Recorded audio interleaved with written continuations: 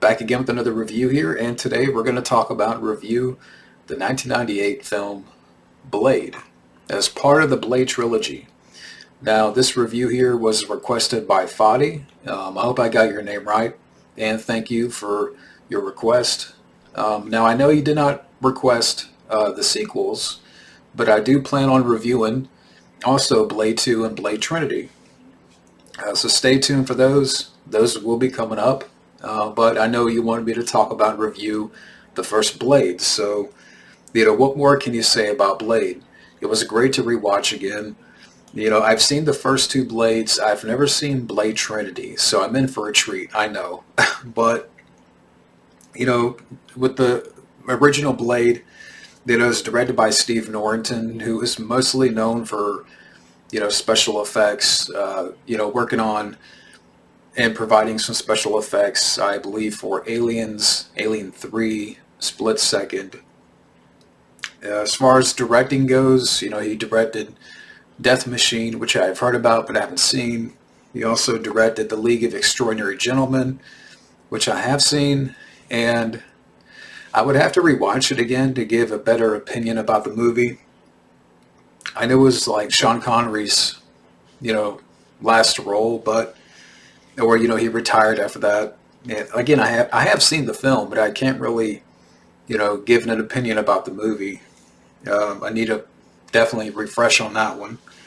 And written by David S. Goyer, who also, of course, wrote the sequel, Blade 2. He worked on, Batman Begins and The Dark Knight and Batman vs. Superman.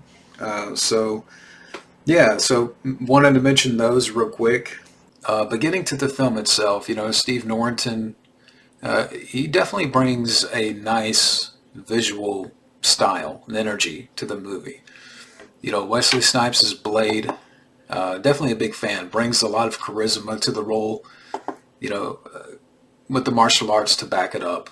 And I think early on, reading about the film, like there was other names that were considered, like Denzel, who I love Denzel, but I don't know if I can see him as Blade.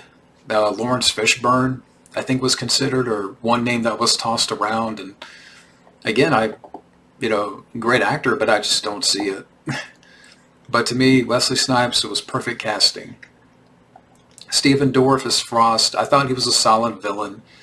And I like Stephen Dorff. I mean, Judgment Night's a good movie. He was good in that. Back in the day, he did The Gate, little horror film. And I would say for me, with that character, I think the villain of Frost, I liked a little bit more going into the finale.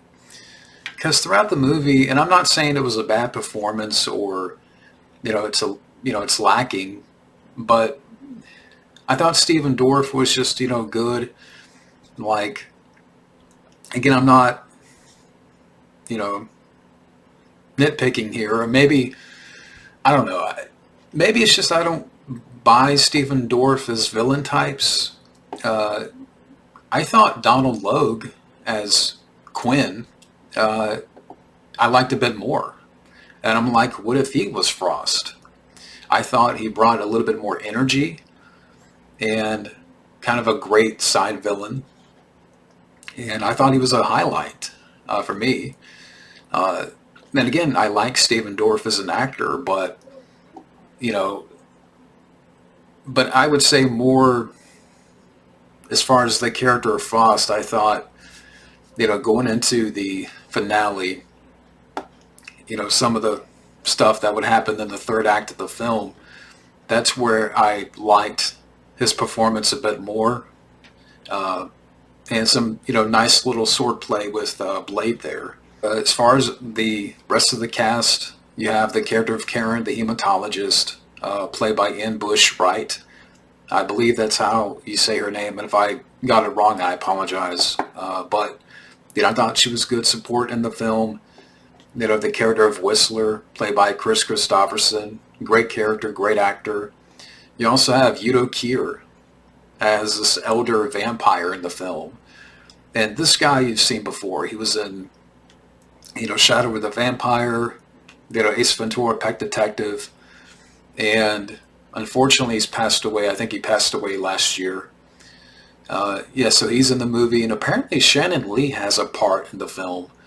Uh, it must have been like blink and you miss it, but yeah, apparently she's in the film. Looking at the IMDb.